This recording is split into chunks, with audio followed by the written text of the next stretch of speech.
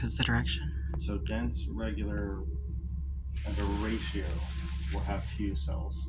And what I mean by that is I would have a lot more space between those dark nuclei. So I might see 100 cells, but overall there'd be like this area here, that would be most of the view, just no cells in there. So it's not dense regular, but it does look. So what are some other reasons why it's not dense regular? Because that's the goal right now, is to figure out, okay, what are those subtle differences? What about those nuclei? Are the nuclei the same as dense regular? Is that something we can latch onto to tell the difference? Or no? What do you think? There's more. How did we describe the nuclei of the dense regular connective tissue? Squished. Pretty flat and squished, right? Is that what we see here? Yes, except it is a subtle difference. These are a little bit fatter, at least, right? I'll put the dense regular back up. But kind of get a picture of this, not that, of this. Okay, so those are flat and they're squished, they're stretched, but nothing like these guys, right? I mean, look at this one especially, how much, that's just a sliver across the screen, right?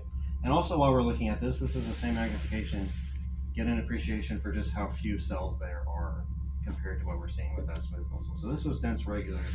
The cells are stretched, they are flat, kind of like smooth muscle, but they're even flatter, so it's on a sliding scale. But really the biggest thing for me anyway is just the sheer amount of cells. Because what makes dense regular connective tissue is all the stuff between the cells. That's what gives it all its strength, all its properties as a tendon or a ligament. Smooth muscle, what makes smooth muscle functional is all the stuff happening inside the cells. Therefore, it takes many more cells to actually accomplish the same goal. Okay, this is smooth muscle in longitudinal section, which means it's going up and down with the screen.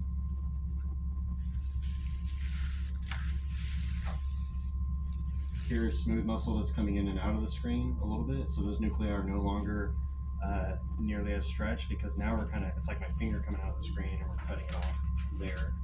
More in this case, kind of like this angle, but you get to see a little bit fatter of a nucleus. So you might study both of those ways. I would focus primarily on something that looks like this.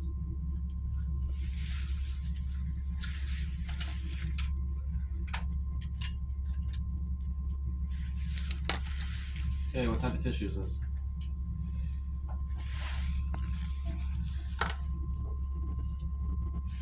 Fibrocartilage.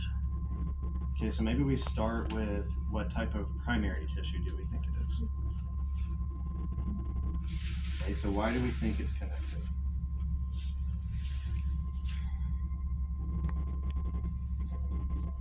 Very few cells, right? Each of these dark dots will be a cell. Look at all that space in between them. Is this regularly arranged?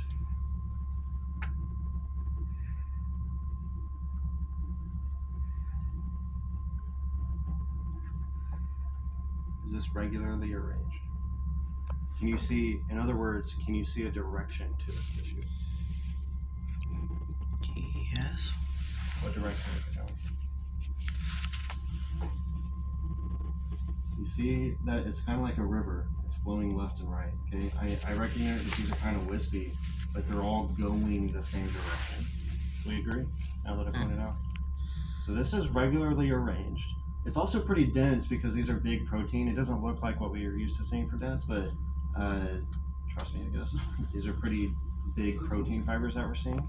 So this is dense, and it is regular, and it is connective tissue. But we have one last thing that we have to consider. That's the idea with your drawings and whenever you study. It's not just I see a round cell, therefore this is this type of tissue. It's I see a round cell, I see a lot of protein, I don't see that many cells. I take all of that into consideration, and that's how I know what this is. So I'm gonna maybe zoom in. We'll see if it's.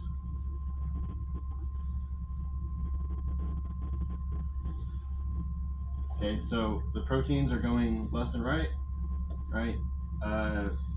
They're regularly arranged, so maybe you think this is dense regular connective tissue. What's the problem with that, though?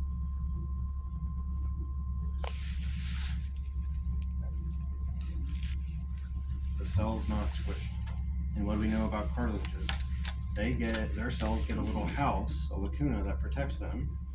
And that's the same thing for fibrocartilage. So fibrocartilage, like even on a molecular basis, is essentially dense regular connective tissue. It's going to look very similar to dense regular connective tissue. However, it's formed by cartilage, not by fibroblasts, and so that those chondrocytes make their little house, and so their nuclei, in general, get to be nice and fat. And if you can find a good view for your drawings, you'll find this clearing around it. There's the nucleus. We wouldn't see that with dense regular CT. So, but everything else about it is the same. It's just the size and shape of those cells.